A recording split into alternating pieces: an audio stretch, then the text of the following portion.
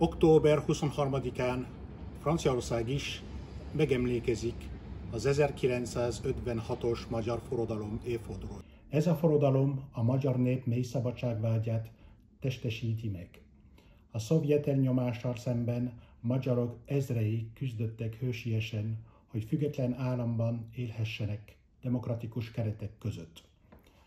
A francia nép osztozott a magyarok 1956-os reményében. Hallották, ahogy a Petőfi szobornál énekelték a Marseillaise-t, és átérezték a forradalom november 4-i leverésének borzalmát.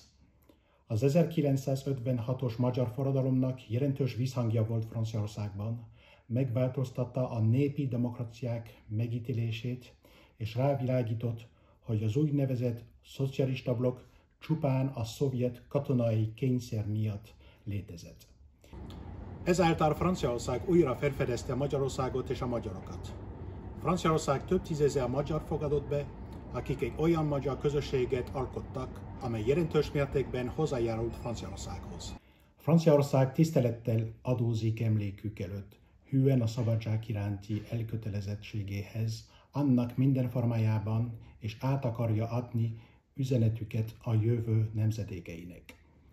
Franciaország nem felejti el, hogy Moszkva még mindig megtagadja más nemzetek szuverenitáshoz való jogát. Nem felejti el Jean-Pierre Pedrazini, a francia-svájzi riporter bátorságát, aki életét áldozta azért, hogy bemutassa az igazságot. A mai napon megújítjuk töretlen támogatásunkat a magyar nép és a minket összekötő értékek iránt.